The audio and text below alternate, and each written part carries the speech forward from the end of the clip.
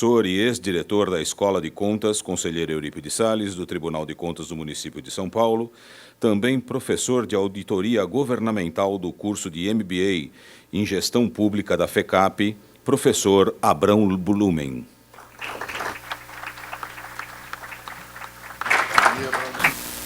Também convidamos o professor e coordenador da Escola de Contas, conselheiro Eurípides Salles, do Tribunal de Contas do Município, o contador e advogado, mestre em administração, auditor do Tribunal de Contas do Município e conselheiro do Conselho Regional de Contabilidade de São Paulo, também autor da obra A Nova Contabilidade Aplicada ao Setor Público, professor Valmir Leôncio.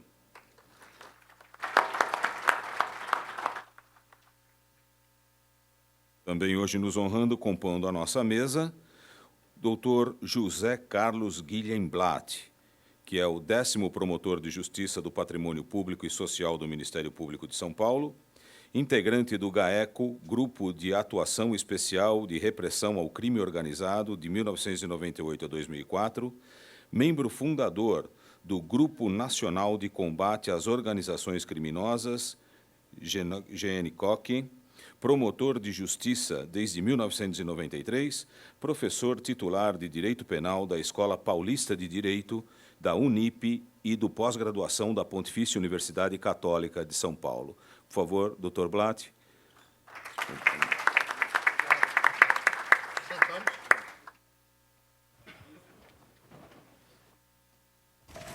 Estamos também informando sobre a coleção Contas Públicas. Informamos que a editora Fórum lançou a coleção Contas Públicas, que tem como objetivo principal nortear o administrador na tomada de decisão. A coleção procura enfocar procedimentos a serem adotados pelos estados e principalmente pelos municípios frente à edição de várias normas e à ação fiscalizadora dos tribunais de contas no âmbito de sua missão institucional. Os 3 primeiros livros lançados foram Controle Interno como Suporte Estratégico de Governança no Setor Público, de autoria do professor Abrão Blumen, e Contabilidade Pública para os Municípios, de obra do professor Valmir Leôncio da Silva, e também a obra Questões Polêmicas da Administração Pública, de autoria de vários professores sobre a coordenação do conselheiro Eurípides Salles. Anunciamos a palavra do presidente da mesa, conselheiro Carlos Pina de Assis. Boa tarde, senhoras e senhores. Se avizinha agora, nesse verão paulista, uma tarde de trabalho, e o único que posso prometer de bom às senhoras e aos senhores é que temos aqui algumas das melhores expressões do mundo acadêmico e do mundo do controle de contas públicas, inclusive, sobretudo, no que se representa esse controle através do Ministério Público do Estado de São Paulo, que é também um órgão de controle imediato do poder público, e a quem me ligam, no meu estado, antigos laços de parceria institucional, até porque tive a honra, doutor Blatt, de ser ainda muito jovem, como o senhor, membro do Ministério Público e procurador-geral de Justiça lá nos idos de 1985, 1986, quando ainda vigia a Constituição anterior a esta Constituição de 1988. Saúdo com muito gosto aqui, queridos amigos, a quem reencontro, e especialmente aqueles que, capitaneados por Eurípides Salles, professor Leôncio, professor Abrão, que foram introdutores dessa ideia nova, dessa ideia instigante e, ao mesmo tempo, desafiadora de criar-se no Brasil a mentalidade do controle e gestão públicas responsáveis. Parte do Tribunal de Contas do Município de São Paulo a ideia alvissareira de que nós precisamos pensar o futuro do sistema de controle de contas públicas. e, desde há muito tempo, o Brasil todo se volta para São Paulo, adquirindo aqui não apenas conhecimentos científicos, mas uma parte significativa disso que é tão característico das senhoras e dos senhores paulistas, que é o entusiasmo por tudo que fazem. Estou com muito gosto nesta mesa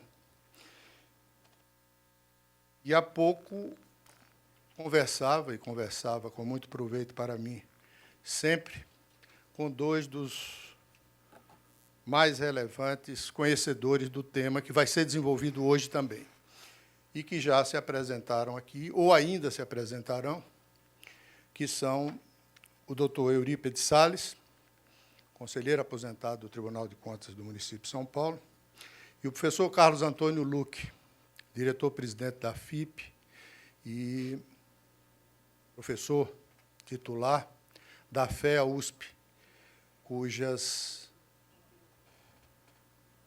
ensinamentos, cujas presenças pude contar, quando ainda recentemente em Sergipe, há cerca de um ano atrás, os recebi para cuidarmos do encerramento de um ciclo sobre a Lei de Contabilidade Pública, a Lei 4.320, que completou 50 anos no ano passado e que deve as suas comemorações ao tirocínio da escola e do Tribunal de Contas do município de São Paulo. E teve este festejo comemorado por todo o Brasil, mas sempre sob o comando paulista, originário da Escola de Contas Eurípides Salles. Saúdo com muito gosto também a presença aqui do meu presidente do Instituto Rui Barbosa, que é o braço cultural, o braço científico dos Tribunais de Contas brasileiros, e que foi fundado aqui em São Paulo por Ivan Gualberto do Couto, com quem convivi, porque, apesar dessa minha aparência juvenil, eu já estou há 30 anos no Tribunal de Contas e estou convivendo já com a 4ª geração, Sebastião.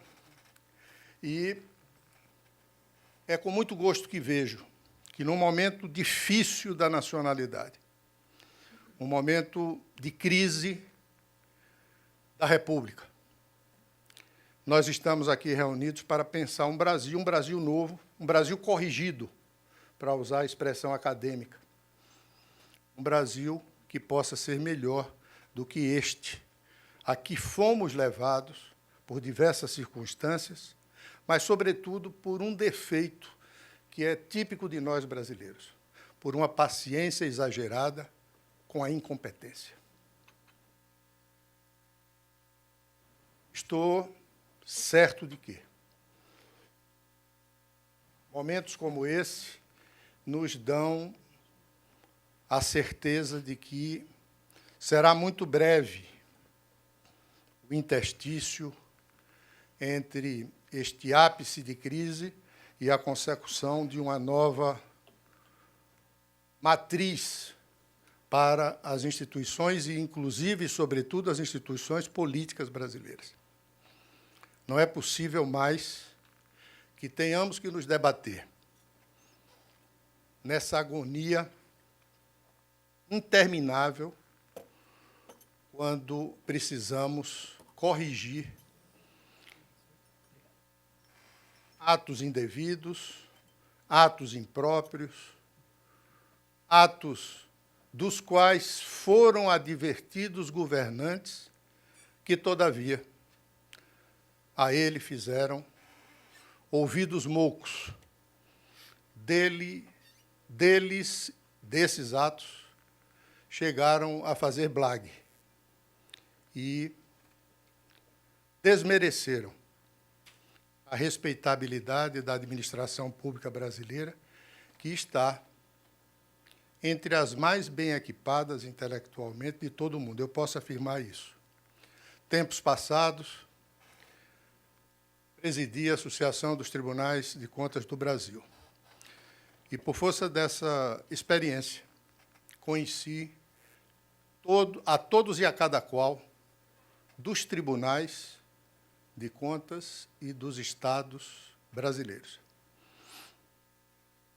Fui levado a me dedicar também a um conhecimento dos países estrangeiros, alguns com modelos próximos ao nosso, outros com modelos muito diferentes, sobretudo esses países que nos rodeiam, à exceção da Argentina, que têm um controle exercido quase que unipessoalmente por controladores,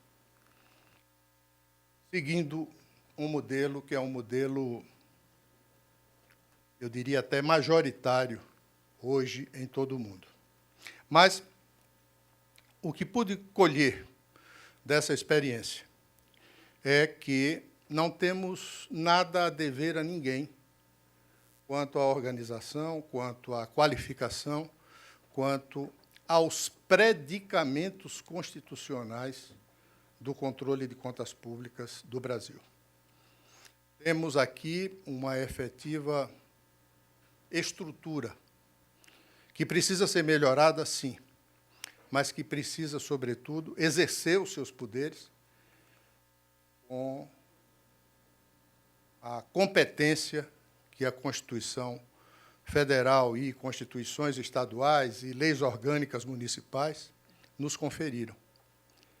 E é isso que tenho certeza que estamos fazendo aqui e que faremos mais adiante para bem do Brasil, para bem de todos nós brasileiros. Li com muito gosto, ou reli dias passados, uma obra que chega a ser telúrica e é, ao mesmo tempo, absolutamente atual, escrita há 360 anos atrás, pelo padre Antônio Vieira, o maior pregador sacro que o Brasil e talvez o mundo tenha conhecido. E, ao ver os episódios da semana passada para cá, quase que me emociono ao sentir que essa obra, O Sermão do Bom Ladrão, escrita em 1645 e pregado na Igreja de Misericórdia de Lisboa, poderia ser, esta semana, editorial de algum dos grandes jornais brasileiros. Os fatos se repetem. Os fatos, lamentavelmente, teimam em desafiar a paciência dos homens. Mas o que nos traz aqui hoje, parafraseando Eurípides Salles, é, sem dúvida, a preocupação com o equilíbrio das contas públicas, que é de vital importância para assegurar o melhor desempenho administrativo, e a sua correta manutenção, que garante só ela novos investimentos, permitindo implementação de programas e melhoria de vida dos cidadãos. A atual realidade nos mostra um horizonte que irá demandar uma série de esforços para corrigir rotas e introduzir mudanças significativas no nosso quefazer. Falei do passado, falo do futuro. Em São Paulo, mais do que em qualquer outro lugar no Brasil, há de se cuidar do futuro do país. A crise aqui, podem ter certeza, as senhoras e os senhores, aqueles que não são daqui como eu, e é mais grave, e não é à toa que vemos aqui nas ruas uma quantidade maior de pessoas, cidadãos comuns, sem nenhuma vinculação partidária, na sua amplíssima maioria, sem nenhuma predisposição ideológica, sem qualquer desgosto pessoal que não seja com as coisas mal encaminhadas pelos governos, sem nenhum elo de ligação que não seja um protesto real, concreto, justo, pela falta de serviços públicos mínimos pelos quais tanto pagamos ao recolher tantos impostos. São Paulo, e as senhoras e os senhores daqui veem pessoalmente, e nós outros do restante do Brasil vemos pela televisão e pelos jornais, São Paulo, mais do que qualquer outro, levantou-se contra o descalabro das contas públicas no Brasil. E foi quase que uma premonição que, muitos meses atrás, numa memorável reunião realizada, primeiro na FEA USP e depois na Faculdade do Largo de São Francisco, no gabinete da professora Mônica Herman, decidiu-se fazer este evento. E já é sucesso, que já dá frutos, cuja divulgação orgulha a São Paulo e ao Brasil. Não me alongarei mais, até porque a minha função aqui é mais introdutória e muito mais orientadora da sequência de manifestações que aqui ouviremos. Dele, sim, o prato principal desta tarde de hoje, os professores que nos ladeiam e que acorrem a esse chamado que é cívico, que mais que cívico é patriótico, que mais que patriótico é demonstrador de que, a partir de gestos praticamente singelos, de instituições e de homens e mulheres, é possível se viver no Brasil real. Desculpe. No Brasil real, a positividade e a disponibilidade para uma mudança que se faz premente e que virá muito mais pelas mãos e pelas mentes das senhoras e dos senhores. Vamos conclamar aos nossos colegas de trabalho, vamos conclamar aos nossos vizinhos, vamos conclamar os nossos parentes, filhos e netos, para aqueles que têm o privilégio de os ter, como eu, para que o Brasil, que nos reunirá certamente daqui a um ano, num segundo congresso, esta mesma natureza, seja um Brasil melhor do que o que temos agora. Eu quero, de logo, e seguindo a ordem, anunciar a palavra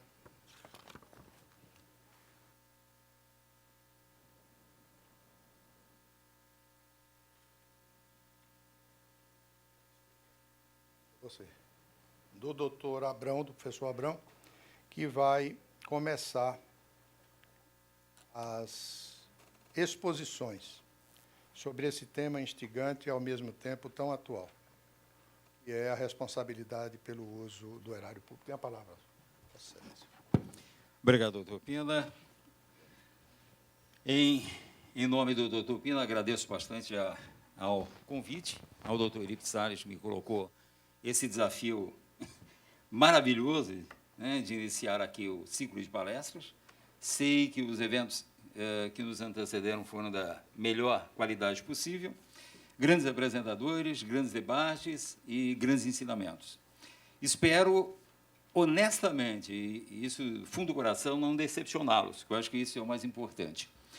O doutor Pina e os demais componentes aqui da mesa, todos eles brilhantes, né? Eu acho que eu sou o menor, não sou em tamanho, né? Mas sou o mais baixinho aqui da equipe, sou talvez o menos experiente aqui de todos, mas eu vou tentar trazer para vocês um tema que já vem chacoalhando a minha cabeça já há algum tempo.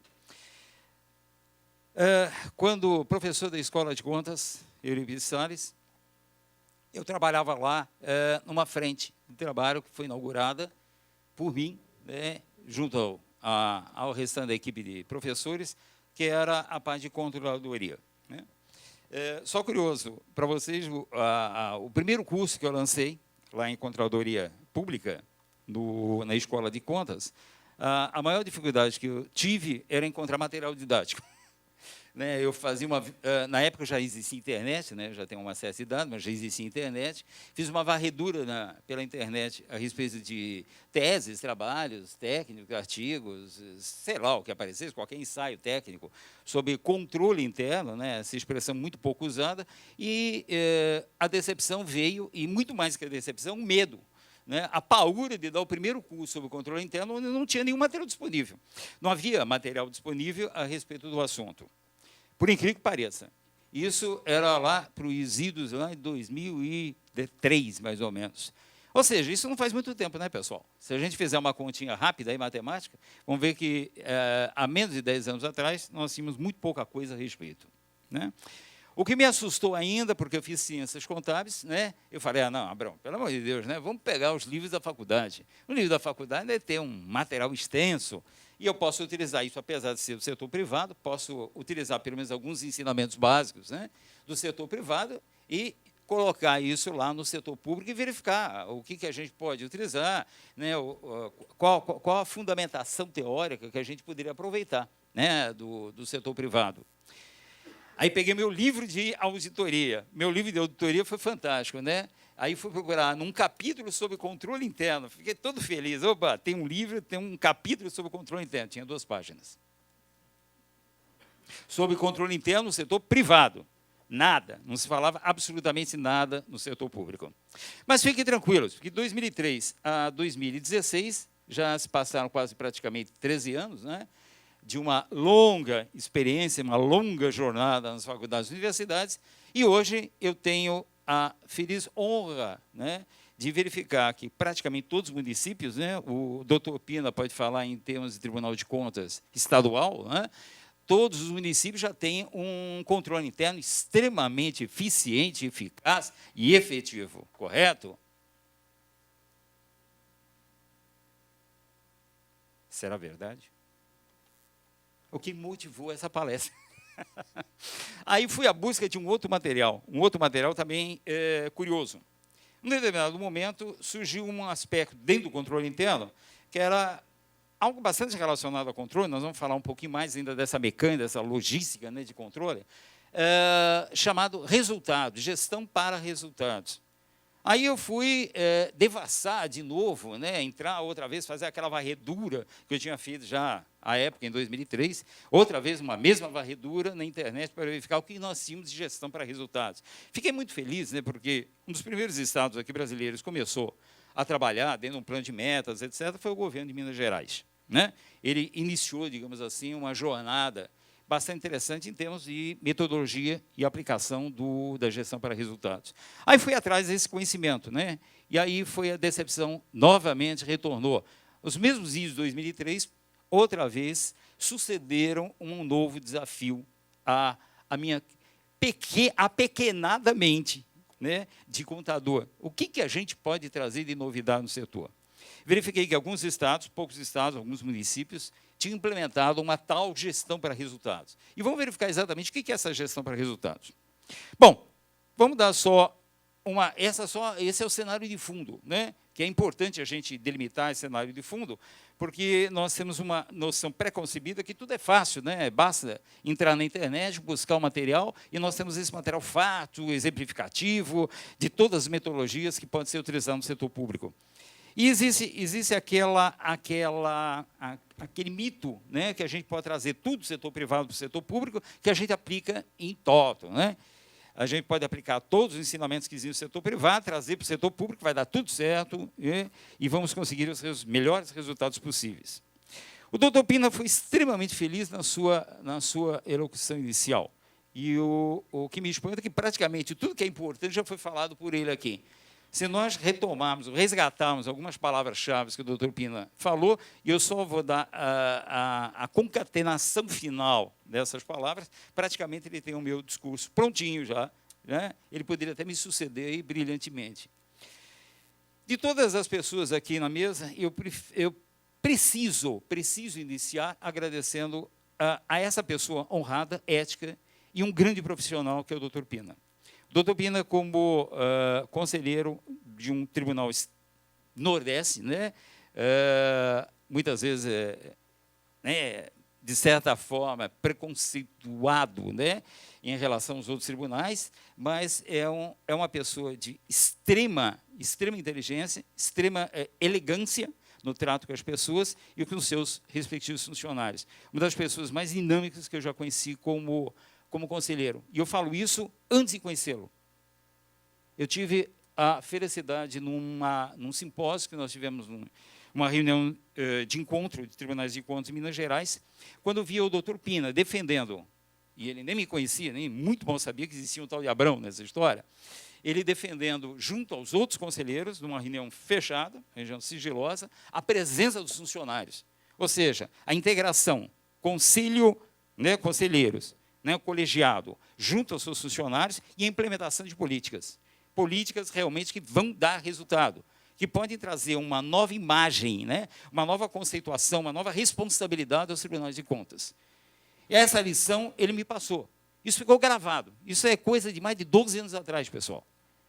Ficou gravada essa imagem dessa pessoa, que me honra muito estar hoje presidindo essa mesa. Né? Entre os patrocinadores, nós temos aqui a FIP, a qual eu agradeço em nome do Dr. Eurípides, que hoje está conduzindo, através da sua imaginação fértil, sua atuação, né, na área pública, né, fazendo com que a parte, toda a problemática de contas públicas emerja como uma área importante acadêmica.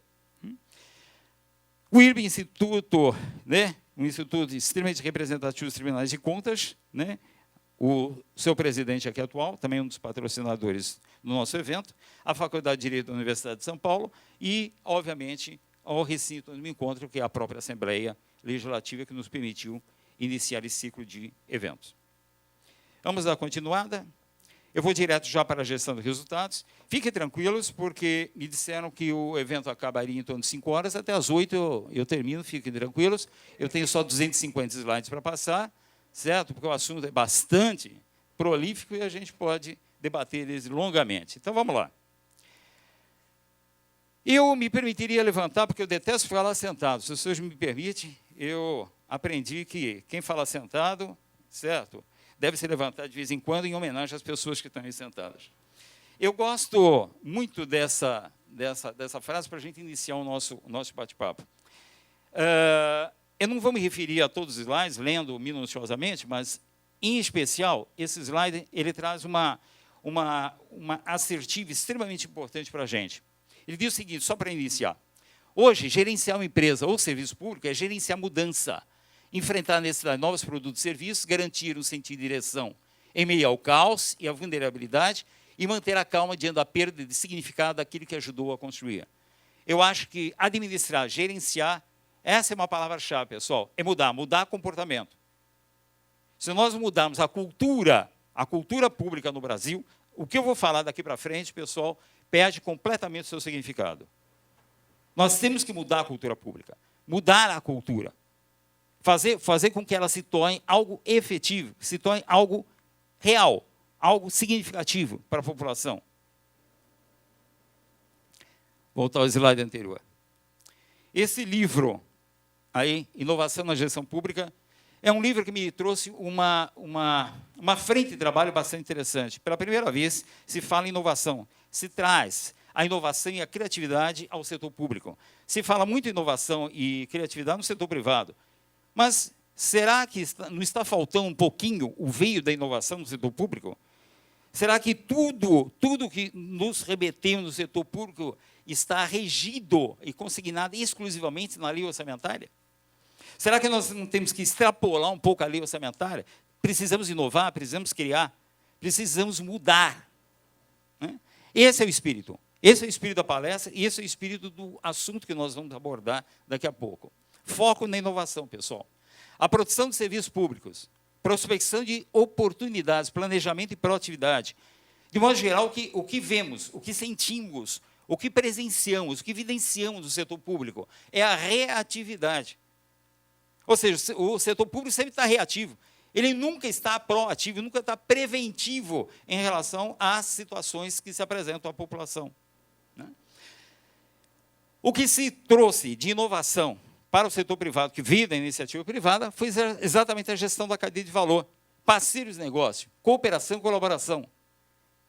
Essas questões externas acabaram influenciando de forma impactante o setor público. E quando eu estou falando aqui do setor público, eu estou falando de modo genérico, pessoal. Não é só o setor nacional, nós vamos falar do setor internacional aqui também. Vamos trazer as novidades em termos de gestão pública lá fora. E ver o que nós podemos aprender, o que nós podemos, dessas experiências inovadoras do setor público internacionais, o que nós podemos aproveitar aqui no Brasil. Sem trazer modismos. Não é trazer modismos e implantar modismos. Não, vamos trazer o que é real, o que é possível se fazer. E, finalmente, algo que se fala muito pouco ainda no Brasil, e já se fala bastante no setor privado há mais de 10 anos, gestão de risco. Eu dou aula em vários MBAs aqui de várias universidades brasileiras. Tenho contato com controladores municipais de diversas naturezas, de autarquias, sociedades de economia mista, governos municipais, governos estaduais.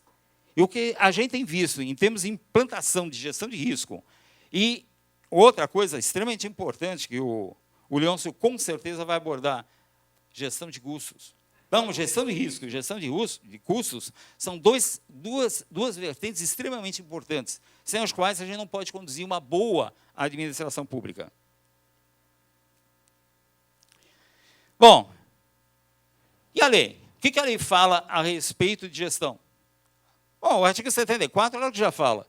Os poderes legislativo, executivo e judiciário manterão de forma integrada sistema de controle interno, né, que ainda no Brasil é algo embrionário, na maior parte dos municípios, e até em estados, para avaliar, com a finalidade, com o objetivo de avaliar o cumprimento de metas e comprovar a legalidade e avaliar os resultados, quanto a eficácia e eficiência. Bom, se fala toda hora no setor público, pô, cadê a legislação que apoia uma gestão do resultado? Está aí, é o artigo 74 da Constituição Federal. Então, a Constituição Federal já nos coloca a imensa responsabilidade de avaliar o resultado das políticas públicas. Está aí, já fala eficiência e eficácia. Não tem novidade nisso. O que não existe é implementação, execução das políticas públicas. É aí que a gestão pública ela ainda está com seus compassos de tartaruga. Vamos em frente. A Lei Complementar 101, já é 2000, o que ela fala? A Lei de Diretrizes Orçamentárias atenderá ao disposto no parágrafo 2º do artigo 65 da Constituição e disporá também sobre normas relativas ao controle de custos, acabei de falar, e avaliação dos resultados dos programas de governo. Bom, então já temos aí uma base jurídica extremamente complexa e extremamente relevante para a gente atuar no setor público. Já está aí. A Constituição Federal já fala, a lei de responsabilidade já denota a responsabilidade do gestor público com relação à avaliação das políticas públicas.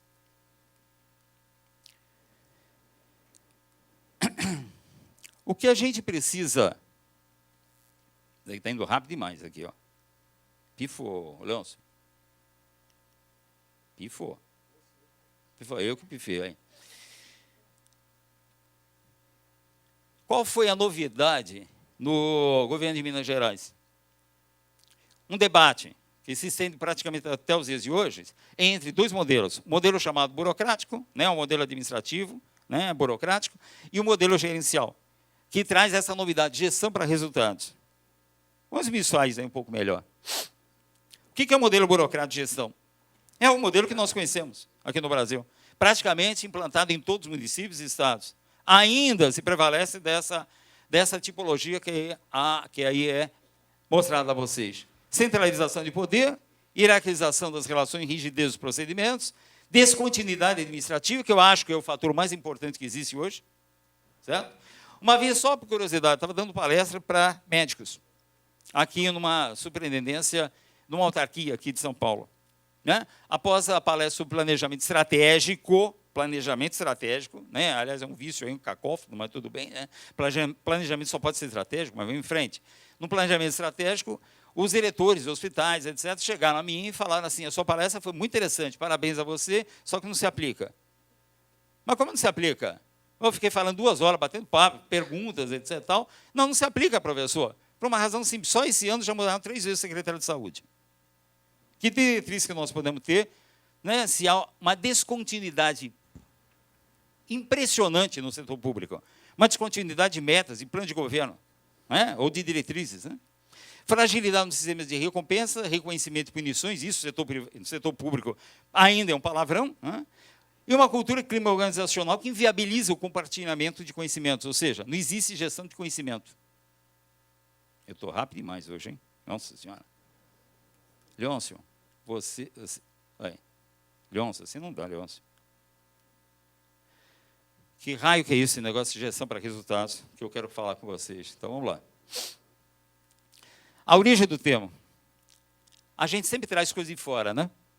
Aonde nós vamos buscar a gestão para resultados? Estados Unidos, é óbvio, né? Lá nos Estados Unidos, Management for Results, né? O primeiro livro escrito sobre gestão para resultados, Peter Drucker, 1964. Já se vão mais de 50 anos. Então, se lá nos Estados Unidos já se fala em gestão para resultados, aqui no Brasil ainda nem se iniciou, né, a gestão para resultados. Olha lá, nos Estados Unidos, o governo Reagan, no período de 81 a 89, já se transplantava esse modelo de Drucker, né, para o setor público, da gestão burocrática para uma administração gerencial. Em outros países também. Não pensa só com os Estados Unidos. Isso já acontece na Dinamarca, Holanda, Noruega, Suécia. Na União Europeia, de modo geral, avaliação de políticas públicas. E também aqui na nossa querida América, aqui, ó, Colômbia, Costa Rica, Chile e Uruguai. Avaliação com prática sistemática no setor público, com duas vertentes principais. Ou ao nível de planejamento estratégico ou ao nível orçamentário. Então, já se fala, já se aplica, já se implementa gestão para resultados. O que é a tal gestão para resultados? Vamos aproveitar só aquilo que está em cor diferenciada para chamar a atenção. Esses slides vão ficar depois à disposição de vocês, sem problema nenhum, mas vamos chamar a atenção dos fatos mais importantes e essenciais para deixar os demais falarem também. Vamos lá. Primeiro, alinhamento de expectativas. Será que existe no setor público um alinhamento de expectativas? Entre o setor de Estado e o setor administrativo? Entre o setor de governo e o setor administrativo? Será que existe esse alinhamento? Será que existe um alinhamento de estratégias, um alinhamento de metas, um alinhamento de propostas, de objetivos? Tá? Concessão de autonomia aos executores. Sem autonomia, quando você fala autonomia é geral, pessoal, é autonomia orçamentária, autonomia financeira, autonomia por responsabilidade e assim por diante. Contratualização de resultados. Isso já foi introduzido no Brasil e tem lei para isso. Tá? Autonomia e sanções. Avaliação de resultados e retroalimentação do sistema de gestão. Fortalecimento do accountability, que é a prestação de contas. Né, se fala tanto em transparência, né, lei de transparência, a accountability já está prevista na Constituição Federal. Não tem novidade nenhuma isso. Está lá no artigo 70 e 74, já se fala na prestação de contas. Prestação de contas com responsabilização. Quer dizer, não é só colocar o nome, tá ok? O nome do diretor financeiro, do secretário de Fazenda, né, na prestação de contas. É assumir a responsabilidade pelas informações que estão lá colocadas. Desnecessário falar ou continuar o assunto, não é? O governo federal está aí, né? Modificação do comportamento, estabelecimento de metas claras e contratualizadas. Gestão para resultados, continuando. Análise de cenários. Análise de cenários prospectivos. O que a gente pode utilizar dessa gestão de cenários no setor público? Tudo isso aí parece algo extremamente utópico, né? Quem está ouvindo falar pela primeira vez a respeito de contratualização de resultados, gestão para resultados, está parecendo que eu estou falando realmente que nem OVNI, né? Parece que eu estou em Marte, né?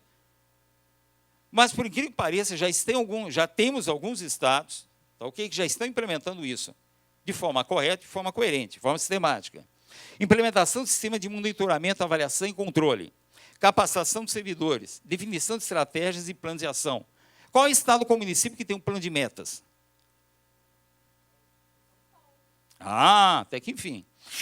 Quantos, por favor? Quantos estados? Obrigado. Realização de mudanças, desburocratização dos processos, plantação de novos procedimentos. Vamos em frente. Leôncio, você quer me matar. Quando começou a contratualização de resultados no Brasil? Administração do Bresser. Olha lá, Plano Bresser da Reforma de Estado, 1995. Já se falava em contratualização de resultados. Modelo orientado para desempenho, pelo desempenho. Contratualização de resultados. descentralização das atividades, setores essenciais, né, das políticas públicas, do governo central, criação de agências executivas e organizações sociais, reguladas também pelos contratos de gestão. Calma que tudo isso aí vai ser melhor ainda exemplificado daqui a pouco. Olha a emenda constitucional aí, número 19/98. Já em 98 já se falava em contrato de gestão. A autonomia gerencial, orçamentária e financeira dos órgãos e entidades de administração direta e indireta poderá ser ampliada mediante contrato. Portanto, contratualização. De quê? A ser firmado entre seus administradores e o poder público, que tenha por objeto a fixação de metas de desempenho. Então, se falta uma base, um arcabouço jurídico para você criar um plano de metas ou para criar uma gestão por resultados, ela já está na legislação. Né? O que se fala muito no Brasil é que se tem muita legislação, muito plano nacional de desenvolvimento, né? O plano setorial, o plano estadual de desenvolvimento, mas o que está faltando? O que está faltando? Emprego. Orçamento. Era que nós vamos chegar lá, vocês vão ver. Esse é o principal slide. Depois de muito tempo, eu consegui configurar esses quadradinhos aí todos. Tem muito mais informação. Se a gente for comentar isso aí, eu ficaria até às 8 horas da noite só comentando esse slide. Não vamos causar esse estresse a vocês, mas vamos lá, olha lá. Convergência de estratégia, articulação, alinhamento de estratégia e processo. Não adianta a gente ter um governo, plano de metas, se não houver uma articulação. Essa articulação, essa convergência entre o grupo, tá, que opera, o grupo operacional, o grupo executante e a cúpula do governo, se não houver esse alinhamento, essa estratégia compartilhada, evidentemente você não vai ganhar. Né? Você não vai ganhar em termos de escala, em termos de resultados aplicados. Capacidade da equipe. Não adianta ter pessoas se essas pessoas não forem treinadas. As pessoas têm que ser treinadas, têm que ser capacitadas, têm que ter plano de recursos, tá ok? Para investir. Isso que a gente chama hoje de gestão por competência. Está aí já. Aí a gestão de competência aí dentro. Tá ok? Outra. Além disso, o que na verdade está dentro desse esboço, desse slide? Algo que o Dr. Ibs me ensinou há mais de 10 anos atrás. Né? Numa das primeiras aulas que ouvi falar sobre qualidade, eu também desconhecia, né? Eu vim do setor privado, mas tudo bem.